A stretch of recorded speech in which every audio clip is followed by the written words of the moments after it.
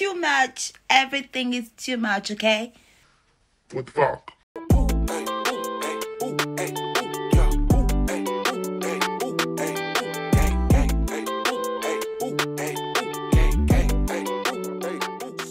Coucou la famille, j'espère que vous allez bien. Bienvenue dans la Lizone.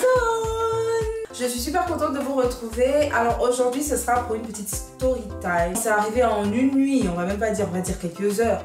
Mais quand même, c'est quelque chose qui m'a marqué. Déjà, avant de commencer, on va retourner aux bases. N'oubliez pas de vous abonner, de liker, de commenter, de partager surtout. Ça fait plaisir de voir des nouvelles têtes, de nouveaux visages, c'est toujours intéressant. Donc n'oubliez pas de partager, de vous abonner, puis de liker, quoi, puis surtout de kiffer, c'est le plus important. Alors, je vais vous raconter notre petit périple de Noël à mon chéri et à moi. Franchement, quand vous voyagez, prenez vos précautions. On ne se rend pas compte, mais c'est important. Prenez l'adresse de là où vous allez.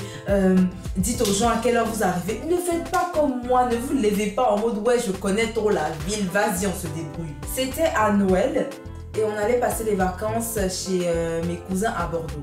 On partait le 25 décembre. Voilà. On a eu notre train le 25 décembre. On faisait Strasbourg-Bordeaux. Pour ceux qui connaissent un peu la France, ou bien même la Côte d'Ivoire, je vais essayer de dire comme la Côte d'Ivoire. On va dire que Bordeaux, c'est peut-être San Pedro, même pas, San Pedro même encore trop en bas. C'est peut-être Mans, voilà. Bordeaux, c'est Mans. Et puis Strasbourg, c'est Cong. Donc, on a fait Cong-Mans. Mais comme c'est en train, il y a Foy. On a mis quand même quoi 5 heures, 6 heures de temps, mais voilà. On n'a pas trop senti quoi. Déjà, on a eu une petite halte parce que quelqu'un a oublié ses bagages. Vous connaissez les oba-oba de la SNCF. Moi, j'avais mon téléphone qui était branché.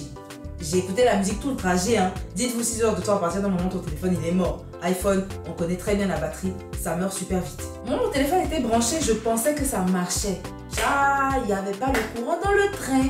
Et je suis là, je kiffe ma vie. Je joue à mes petits jeux, je cause, je vais sur Twitter, je fais ceci, je fais cela, alors que le téléphone ne charge pas. Mon gars m'a dit, envoie-moi l'adresse de ta cousine sur mon téléphone. Comme ça, si on arrive, moi, je peux aussi avoir l'adresse comme ça. C'est toujours mieux. Je dis non, t'inquiète. Je lui ai dit qu'on arrive. Vous-même, vous savez que le 25 décembre de l'année dernière, il y avait le coup-feu. Donc, on comptait arriver, chap, on s'en va à la maison. Voilà. On arrive vers la gare de Bordeaux-Saint-Jean. Je regarde mon téléphone ici à 3%. Il dit, mais 3% comment? C'est maintenant que je vais regarder que, en fait, mon téléphone ne chargeait pas. Pendant tout ce temps-là, mon téléphone ne chargeait pas. Ma cousine me dit, ouais, t'arrives à telle heure parce qu'il faut que je vienne te chercher, nanana. Vu qu'on a eu le retard parce qu'il y a quelqu'un qui a oublié son bagage, bah ça a tout décalé. Donc, en fait, on n'est pas arrivé à l'heure à laquelle on devait arriver. Je lui ai dit, t'inquiète, on a l'adresse. Quand on va arriver là-bas à la maison, on va te dire, de toute façon, on sera fatigué. Donc, on va pas aller au repas de Noël et tout ça. Vas-y, on se voit demain matin quand tu reviens. Elle dit, ok, il n'y a pas de souci. Maintenant, on arrive à la gare de Bordeaux-Saint-Jean. Déjà, il y a une petite fraîcheur qui nous chicote. C'est vrai qu'il fait froid à Strasbourg, mais on s'est dit, vas-y, on gère. On n'a pas géré du tout. On est là, on regarde les transports et tout ça. Au lieu de regarder ça dans le train, ou bien quand tu vas arriver, je sais pas à quoi j'ai pensé en fait. Je sais pas à quoi j'ai pensé. Je m'étonne des fois. Hein. Je m'étonne très souvent. Je dis, attends, je vais regarder le trajet. Le temps, je vais aller sur Google Maps. Regardez. Heureusement que j'ai envoyé le trajet à mon chéri. Téléphone là, éteint. Sachant que ma cousine habite à Mérignac, pour ceux qui connaissent bien Bordeaux. Et le bus de la gare de Bordeaux-Saint-Jean jusqu'à Mérignac, là où elle est, c'est environ 55 minutes, 1 heure. Sachant qu'on est arrivé peut-être vers 20h45, 21h par là. Donc on va arriver à la maison, on va dire vers 22h. On arrive à l'arrêt avec nos bagages aussi, on dirait on s'en va à Abidjan. Petite, une semaine on est venu faire là, une semaine là.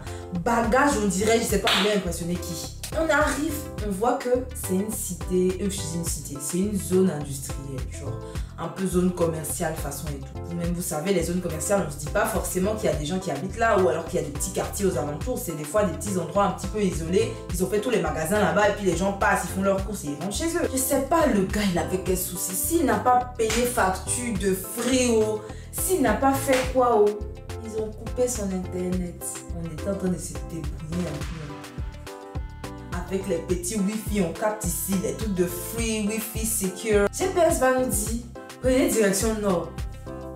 À 22h la direction nord. Comment on sait où est le nord, où est le sud? On est arrêté au milieu de la zone commerciale. Donc maintenant, chacun va essayer de faire marcher son instinct. bon, écoute, tu sais, moi, en général, j'ai un bon sens de l'orientation. Mais dans ces situations-là, c'est un peu compliqué. Il faut avoir un petit repère, en fait. J'étais jamais venue là, donc c'est compliqué quand tu n'es jamais arrivé. Tu sais pas trop dans quelle direction aller et tout. Sachant qu'il y a le coup-feu, il faut te cacher avec tes valises parce que si la police te voit, frérot, tu rentres chez toi. Je dis non, il faut qu'on passe ici, il faut qu'on marche. On marche, on voit pas maison. C'est les magasins seulement. À un moment, tu commences à stresser. Bon sens de l'orientation ou pas, tu te demandes si tu n'es pas en train de t'éloigner de ton point de repère. On est là, on marche. Je dis, là, c'est pas ici. GPS nous dit prenez direction nord, vous allez tomber sur telle voie. On tombe sur l'autre voie. Comment ça se fait? Il est 22h30. C'est pas le moment. Actuellement, il faut trouver la localisation. On va rentrer à la maison. Il fait froid là, on est dans le froid, on est perdu. Franchement, c'était pas Noël attendu quoi. Je me suis souvenu que quand je regardais, parce qu'à la maison j'ai essayé de regarder un peu le quartier, j'avais vu un KFC. Donc à un moment on a commencé à marcher et on a vu un KFC. Je lui ai dit on est dans la bonne direction, on est dans la bonne zone. Maintenant on est dans la zone là. On va au nord, au sud, à l'est ou bien à l'ouest. On va où? Il est 22h30. On est dans le coup-feu. Si la police a tourné un peu ici, non seulement vous avez les valises, donc vous êtes déjà prêts à rentrer chez vous en fait. On a pris... On a pris la direction opposée. C'est-à-dire, on était devant le KFC, les amis. On a marché jusqu'à on est revenu à l'arrêt de bus. C'est maintenant son téléphone va dire à 10%. Jesus is Lord! Tu as dormi dans la rue. C'est même pas dormi dehors, genre non, tu dors pas chez toi.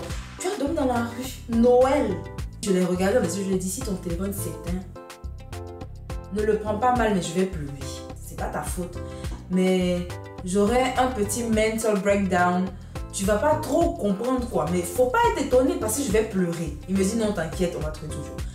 Solution. On est retourné à l'arrêt de bus. On est à l'arrêt. Tous ces trucs qu'on appelle, on est revenu à l'arrêt. Il dit bon, retournons dans l'autre sens. Faisons ceci, faisons cela. Je dis en fait, j'avais même plus la force de discuter. J'avais plus la force même de le suivre en fait. J'étais fatiguée, je voulais plus rien faire. Ça n'allait pas ranger les choses, mais peut-être pleurer allait me libérer. Je sais pas ce qui allait se passer. L'onction allait nous mettre un halo de lumière sur la route. Je sais pas, mais je voulais pleurer en fait. Il m'a dit arrêtons une voiture. Il dit dans le coup-feu, le soir de Noël, toi tu es sûr que quelqu'un va s'arrêter? C'est un quartier qu'on connaît pas forcément, on connaît pas la mentalité des gens. Hein.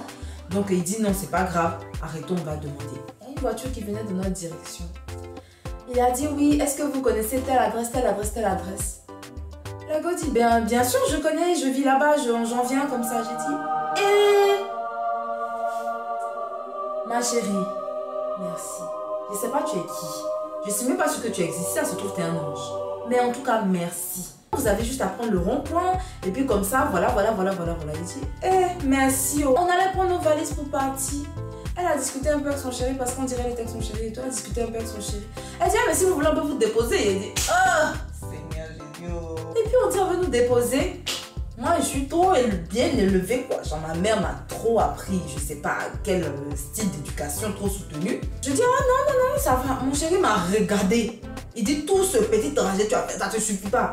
Oui on va vous suivre. Il a soulève la valise, il a ouvert le coffre, il a mis les trucs dedans. Donc ils nous ont pris. Et ils sont allés nous poser jusqu'à la maison, jusque devant le portail. La meuf, elle nous a posé comme ça devant la maison. J'ai appelé ma cousine parce que chez elle, c'est la commande à distance. Donc, ils ont pu ouvrir le portail. On est rentré, on a pu manger. Parce que j'avais tellement faim. Peut-être que c'est ça qui me donnait envie de pleurer en fait. J'avais tellement faim. On a tout mangé chez la fille. Le lendemain, ils sont venus. Ils nous ont bien attachés. C'était cool quoi. Enfin, ils se sont bien moqués quoi. Mais voilà, c'était bonne ambiance. Ça faisait du bien de retrouver la famille et tout. Mais franchement... C'était pas la meilleure nuit de Noël que j'ai vécue quoi. Se perdre dans la si belle ville de Bordeaux. Moi j'étais déjà allée à Bordeaux une fois.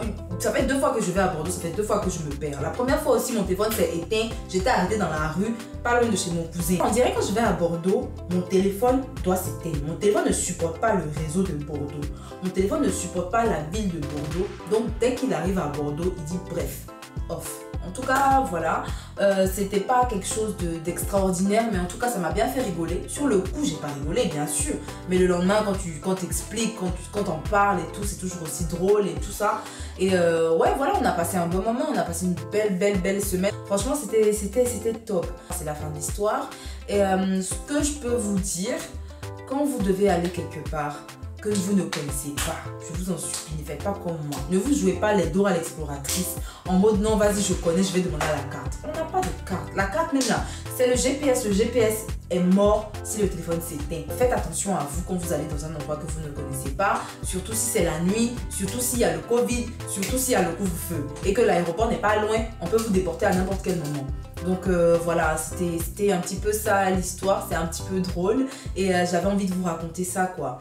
Donc c'est la fin de la vidéo. N'oubliez pas de vous abonner, de liker, de commenter, de partager et on se retrouve la semaine prochaine pour une nouvelle story time. Bisous bisous.